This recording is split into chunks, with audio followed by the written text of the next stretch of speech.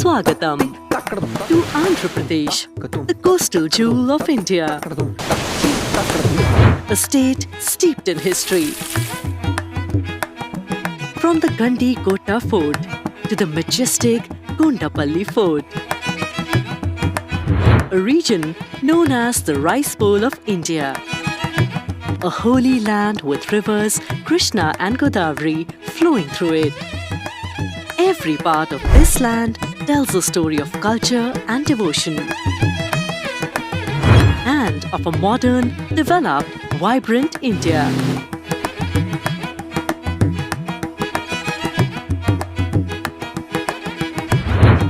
The graceful Kuchipudi and exuberant Thimsa showcase the artistic brilliance of this land.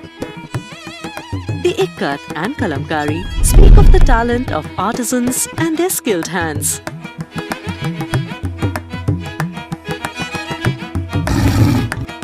A cultural concoction that unites people in the spirit of Vasudhaiv Kutumbakam. G20 India. One Earth, one family, one future.